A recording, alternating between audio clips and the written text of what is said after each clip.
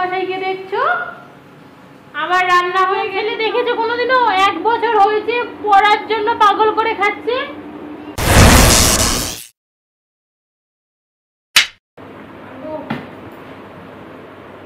উল্টে পড়ে যাবে, আমি বলছি না পড়ে যাবে ওটা নিয়ে।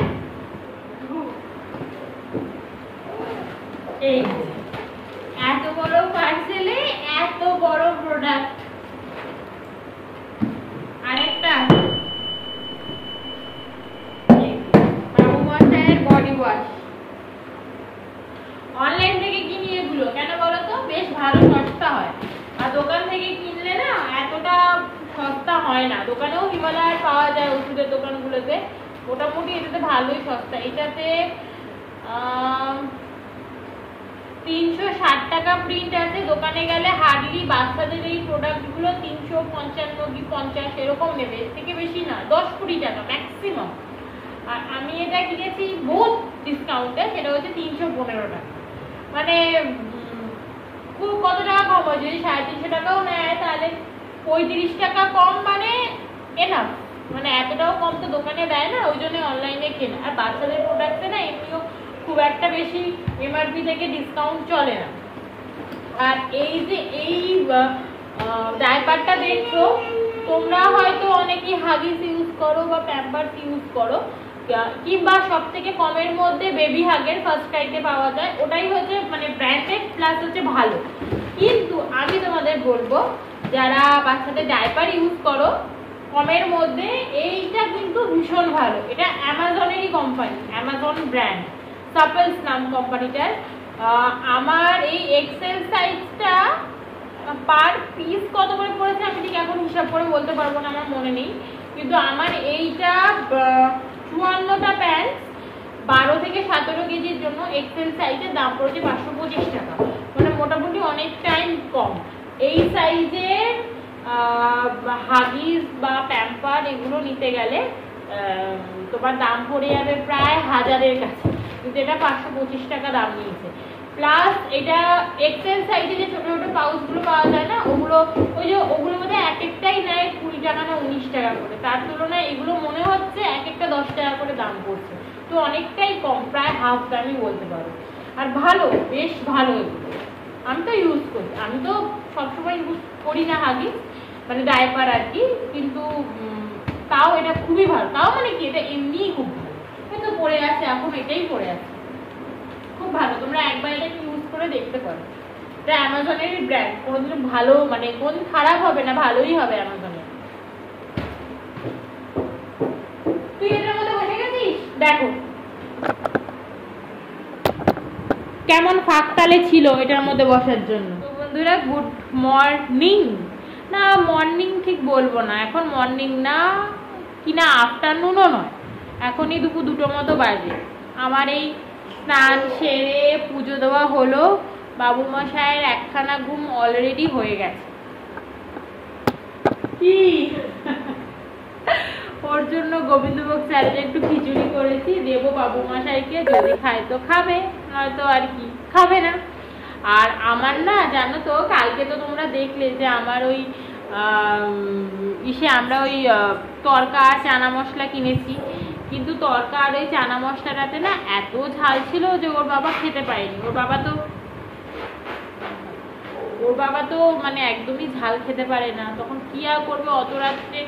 আর আমার ঘরে কিছু কালকে ছিল না, অন্যদিন তাও কিছু একটা থাকে, মিষ্টি তো ছিলই, কিন্তু ওর বাবা বলছে থাক, আমার আর ভাল লাগছে না তরকা চানা মশলাটা, ওই জন্য বাইরে থেকে না আমরা খাবার কিনি না, জিনিসপত্রগুলো কিনে নিয়ে আসি, কিন্তু ঘরে না করি, ঘরে করি, বুঝলে তো। কিন্তু এত ঝাল দিয়েছে যে লঙ্কার গুঁড়ো দেওয়া ওর বাবা খেতে পারিনি। আমি যখন তরকাটা রান্না করছিল বা চানা মশলাটা করছিল, আমি তখন বললাম কিন্তু যে ঝাল দেবেন না, বললো যে না না ঝাল দেবে না, ফ্রাই করা নেই তরকার ওগুলো। বললাম ঠিক আছে দিয়ে দিন। এবার মানে ওর বাবা খেতে পারেনি, তখন ওর বাবা অত রাত্রেবেলা আবার সেই একটুখানি বিরিয়ানি একটা অর্ডার করলো, বিরিয়ানি কিনে আমরা একটু বিরিয়ানি খেয়েছি। একটাই অর্ডার করেছিলাম, একটাতেই মোটামুটি হয়ে গেছে আর কি। আর আমি রুমালি রুটিটা তরকা দিয়ে খেয়ে নিয়েছি, আমি তো ঝাল খাই, আমার অতটা অসুবিধা হয়নি। তো ওই জন্য আরও তো ওর বাবার রুমালি রুটিগুলো রয়ে গেছে, আমি ওই রুমালি রুটি আর ওই তরকা চানা যা আছে ওই দিয়েই আমি আজকে করে নেব মানে লাঞ্চটা। তো ওই জন্য আজকে আমার মানে বিন্দুমাত্র ঝামেলা নেই নিজের খাওয়ার জন্য, যে ভাতটাকেও যে বসাবো সেটাও আমাকে আজকে আর বসাতে হয়নি। তো সকাল থেকে আর কি ওই জামা কাপড় কাচা আর এই ছেলেকে সামলানো ব্যাস। আর ওর বাবা আজকে মোটামুটি তাড়াতাড়ি বেরিয়ে গেছে, তাড়াতাড়ি মানে এই ধরো না কটায় বেরোলো ওর বাবা, এই 10টা সাড়ে 10টার সময় আজকে বেরিয়ে গেছে ওর বাবা। অন্যদিন বেরোয় 12:30 1টায়, তাড়াতাড়ি বেরিয়ে গেছে। ওই জন্য আজকে একদিকে ভালো হয়েছে যে কোনো আমার ঝামেলা ছিল না রান্না বান্না। চলো এবার খাওয়াই তোমার। এই দেখো জাস্ট এইটুকানি ভাত নিয়েছি, ভাত আর মুসুর ডাল দিয়ে খিচুড়ি মতো আর কি করেছি, বেশ ভালো হয়েছে, ঘি দিয়ে করেছি।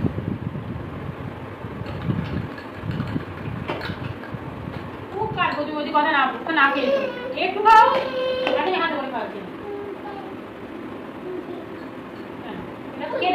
দেখো না কি টেস্টি, দেখো দেখো দেখো দেখো দেখো দেখো দেখো দেখো দেখো দেখো।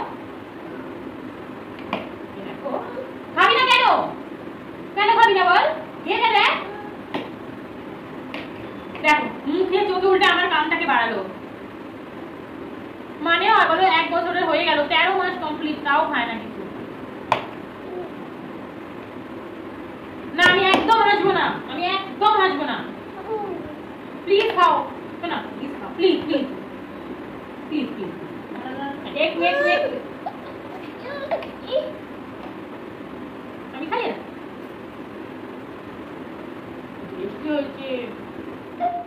ছেলে আমার এখন কদিন সারাক্ষণ পড়তে চায়, না পড়ালেই খুব কাঁদে। এমন ছেলে দেখেছো কোনোদিনও? 1 বছর হয়েছে পড়ার জন্য পাগল করে খাচ্ছে। পড়াবো আবার আবার পড়াবো। Crow, peacock, pelican, sparrow, goose, ostrich, pigeon, parrot, flamingo, owl. আবার আমার মুখ ব্যথা হয়ে যাচ্ছে, কত পড়াবো আবার এটা? আচ্ছা এইটা তো পড়ালাম, অন্যটা দে, এটা দি ভেজিটেবল, এটা ফ্রুটস পড়াই, ফ্রুটস পড়। Pear, pineapple. ছেলে চাচ্ছে পড়তে আর মা চাচ্ছে শুতে। 1 বছরে এই অবস্থা, হে ভগবান, এরপর তো পড়ে রয়েছে আমার অবস্থা। ঠিক আছে বাবা, তুমি বিদ্যাসাগর হও। হ্যাঁ হ্যাঁ হ্যাঁ হ্যাঁ। Raspberry, strawberry, pomegranate. আর এই এখন বাবু মশাই ঘুমোলো, দিনের এই প্রথম ঘুমটা এখন হচ্ছে। তো এই সুযোগে আমি ভাবলাম একটু নিজের স্কিন কেয়ারটা করি। অনেক দিন ধরেই ভাবছি প্যাক লাগাবো, অনেক দিন ধরে ভাবলেও আর ওঠেনি। এখানে আমার খাওয়া দাওয়া হয়ে গেছে, বাসন কাসনও সব মেজে নিয়েছি, তো ভাবলাম একটুখানি প্যাকটা মাখি। তো এরপরে একটু ঘুমিয়েও পড়েছিলাম যোগুর সাথে। তো উঠে দেখি ফ্রিজের মধ্যে আনারসটা আনা রয়েছে, কিন্তু ভুলেই গেছি, মনে নেই। তো একটু আনারসটা কেটে আর কি খেলাম। অনেকেই তোমরা হয়তো ভাবতে পারো যে ছুরিতে আনারস কী করে কাটছে। তুমি দেখবে দোকানদাররা তো ছুরিতেই আনারস কাটে। ইভেন আমার মাও বলে, তুই কী করে আনারস ছুরিতে কাটিস, বটি ছাড়া চোখগুলোকে কী করে কাটিস? ভালোভাবেই কাটা যায়, দোকানদার যেরকমভাবে কাটে আমি ওইরকমভাবেই বেশ কাটি।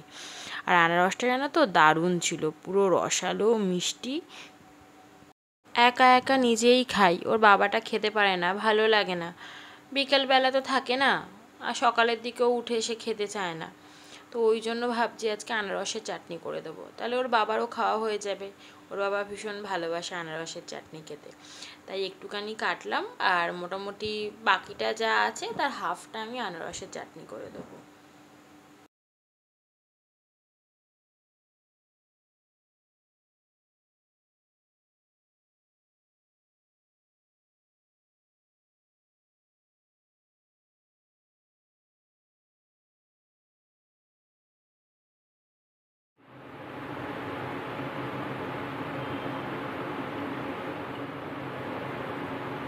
আনারসটা কিন্তু খেতে অপূর্ব, ভীষণ মিষ্টি।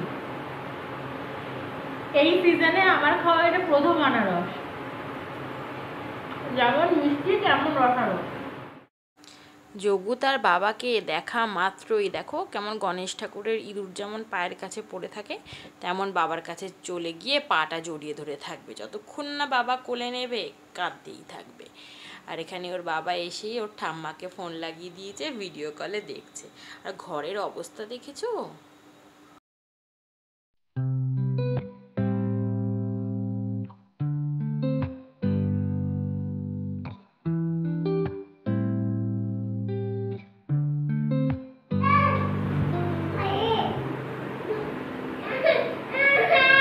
কি করছিস? ওরম করছিস কেন? চল আয় আমাকে চাই। আয়। এই যে বাবা বাথরুমে গেছে আর ছেলে দরজা ধাক্কে যাচ্ছে, একদম ভেঙে দেবে দরজাও। আয় বাবা, এক করতে গেছে তো, বাবা এক করুক। ছেড়ে দাও, কয় না আস আস। এই যে মাছ ভাজা, এদিকে কাতলা মাছ ভাজা, বেগুন ভাজা, মাছের ডিম ভাজা,